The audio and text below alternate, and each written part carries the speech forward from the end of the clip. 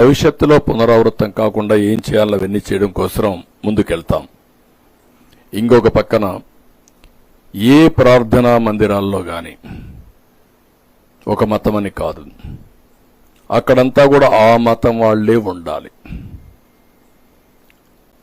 ఆ మతం వాళ్లే మేనేజ్మెంట్ మీద ఉండాలి, ఆ మతం మీద నమ్మకం ఉండేవాళ్లే ఆ మేనేజ్మెంట్ ఇష్యూస్ అన్ని హ్యాండిల్ చేయాలి. అందులో నేరస్తులు గాని సంఘ విద్రోహ శక్తులు గాని అలాంటి లేకుండా వెరిఫై చేసుకుంటాం బోర్డు మేనేజ్మెంట్ బోర్డులు వేసేటప్పుడు.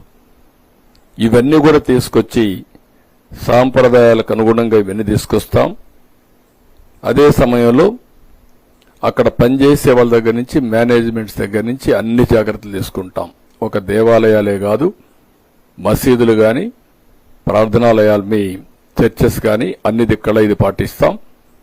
అందరం కూడా మత సామరస్యాన్ని కాపాడుకోవాలి. వేరే మతస్థులకు అనవసరంగా ఇబ్బందులు కలిగించే విధంగా ఎవ్వరూ ప్రొవోక్ చేయడానికి వీల్లేదు. అది కూడా తీసుకొస్తాం. అవసరమైతే ఒక ప్రత్యేకమైన చట్టాన్ని తీసుకొస్తాం, దాన్ని అమలు చేస్తాం. అదే మాదిరిగా అన్ని దేవాలయాల్లో నేను ఇంత మునిపే చెప్పాను, ఈ ప్రోషణ శుద్ధి కార్యక్రమాలు చేస్తారని అవి కూడా చేస్తారు. ఇంకొక పక్కన మొత్తం దేవాలయాల నిర్వహణపై ఇప్పటికే ఆగమ శాస్త్ర ప్రకారం పనిచేస్తారు. వాళ్ళకు ఒక్కొక్క టెంపుల్కు కొన్ని శాస్త్రాలు ఉంటాయి. వైష్ణవ టెంపుల్స్ ఒక పద్ధతి ఉంటుంది, అదే మాదిరిగా శైవ టెంపుల్స్ ఇంకొక విధంగా ఉంటుంది. అవన్నీ కూడా వర్కౌట్ చేస్తారు.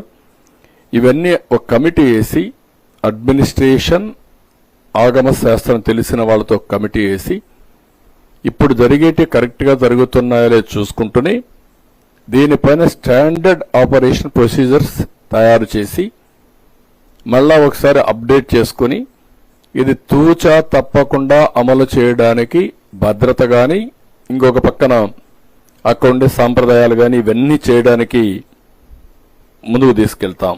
అందులో వైదిక ధార్మిక ఆగమ పండితులు కూడా ఉంటారు.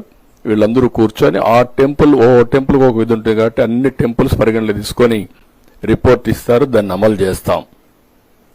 అదేవిధంగా ఇంకో పక్కన అన్ని టెంపుల్స్ లో కూడా మహిళల్ని గౌరవించే విధంగా ఏం చేయాలో దాన్ని కూడా ప్రత్యేకమైన శ్రద్ధ పెడతాం. ఆ గౌరవించే విధంగా అవసరమైతే ప్రత్యేకమైన క్యూలా ఏమేం చేయగలుగుతా ఆ కొండే పరిస్థితులు దాంట్లో కూడా కమిటీకి ఇచ్చి అవి కూడా రికమెండేషన్లు ఇవ్వమంటాం. ఒక ప్రత్యేకమైన గుర్తింపు గౌరవం మహిళలు కూడా ఇచ్చే విధంగా కొన్ని యాక్షన్లు తీసుకుంటాం. ఇవన్నీ తీసుకొని రేపటి నుంచి మనోభావాలు దెబ్బతిన్న హిందువులందరికీ విజ్ఞప్తి చేస్తున్నా.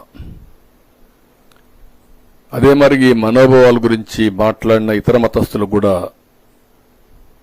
విజ్ఞప్తి చేస్తున్నా. ఈరోజు జరిగింది ఒక అపచారం. తెలిసి చేసినా తెలియక చేసినా తప్పు తప్పే, దాన్ని ఎవ్వరూ కూడా రెక్టిఫై చేయలేం. ఏదైతే ఈ టెంపుల్స్ లో వెంకటేశ్వర స్వామి టెంపుల్ అన్నింటికంటే చాలా టెంపుల్స్ ఉన్నాయి మన దగ్గర, అన్నింటికంటే ఒక పెద్ద టెంపుల్, అందరూ కూడా ఆరాధించే దేవుడుండే టెంపుల్, దీని మీద ప్రత్యేక శ్రద్ధ పెట్టవలసిన సమయంలో గత పాలకుల నిర్లక్ష్యం వల్ల, నిర్లక్ష్యమే కాదు అధికార దుర్వినియోగం వల్ల అడుగడుగునా సెంటిమెంట్స్ దెబ్బతింటూ వచ్చాయి. కానీ అధికార మతంతో ఉన్నప్పుడు ఎవరూ దాన్ని చెప్పలేకపోయారు, చెప్పినా అణగదొక్కే ప్రయత్నం చేశారు. అలాంటి ప్రయత్నాలు చేసి ఇష్టానుసారంగా దాన్ని ఒక వ్యాపార సంస్థగా రాజకీయ పునరావాస కేంద్రంగా వీళ్లకు కావలసిన పనులు చేయించుకోవడానికి ఉపయోగించుకునే పరిస్థితికి వచ్చారు. దానివల్లనే ఈరోజు జరిగి ఈ పరిస్థితికి వచ్చింది. చాలా మంది నా దగ్గరికి వచ్చి బాధపడ్డారు, ఆవేదన చెందారు, నేను అపోజిషన్లో ఉంటే చెప్పారు. ఒక విధంగా కాదు జరిగిన అపచారాలన్నీ.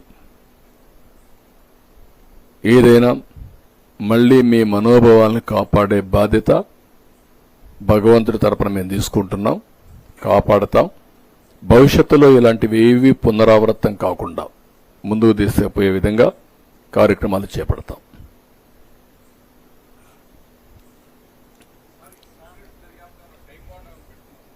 వర్కౌట్ చేస్తాం. అన్ని కూడా దాని టైం చూసుకొని terms and conditions లో will put it.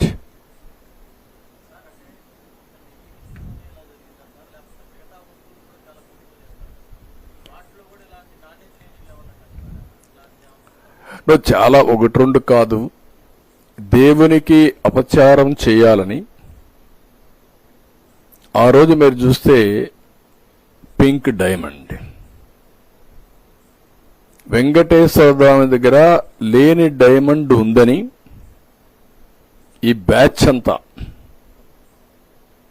మా ఇల్లు రైడ్ చేయాలి అని చెప్పితే ఇది వెంకటేశ్వర స్వామికి పరువుకు సంబంధించిన విషయం, క్రెడిబుల్కి విశ్వసనీయతకు సంబంధించిన విషయమని ఆ రోజు 100 కోట్ల రూపాయలకు పరువు నష్ట దావా వేస్తే వీళ్ళు ప్రభుత్వం వస్తానే పింక్ డైమండ్ లేదు కాబట్టి మేము కేసు విత్డ్రా చేసుకుంటామని విత్డ్రా చేసుకునే పరిస్థితికి వచ్చారు. అది ప్రైవేట్ కేసు ఉంది అంటే ఎంత అప్రతిష్ట అండి ఇది.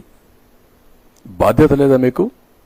అంటే మీరు ఏమి చేసినా జరిగిపోతుందని మీకు ఒక ధీమానా, లేకుంటే గర్వమా, లేకుంటే మేము ఎవడూ ఏమీ చేయలేడు మేము అతీతులమనే ఇదే మీకు అహంభావమా? ఏమనుకుంటున్నారు మీరు? సమాధానం చెప్పమంటున్నా వీటన్నిటికీ. ఇలాంటి ఒకటి రెండు కాదు, చాలా ఇష్టానుసారంగా చేశారు. అక్కడ వేసిన వ్యక్తులు కూడా వీళ్ళకు ఎంత దరిద్రంగా తయారైపోయారంటే దరిద్రంగా తయారైపోయి చాలా మంది తిరుమలకు రావాలంటేనే ఇష్టం లేకుండా నిలిచిపోయే పరిస్థితికి వచ్చారు. దేవుడి మీద ఇష్టం ఉంది కానీ అక్కడ పోతే ఈ అపవిత్రత చూడలేము, భరించలేమని రావడం మానేసి ఇంట్లోనే దేవునికి పూజ చేసుకునే పరిస్థితికి వచ్చారు. అలాంటి పరిస్థితులు క్రియేట్ చేశారు. అవన్నీ ఇప్పుడు చక్కదిద్దాం. ఒక పద్ధతి ప్రకారం మేనేజ్మెంట్ ఉంటుంది, అన్ని కార్యక్రమాలు కూడా నిర్వహిస్తాం అదే పందాలు.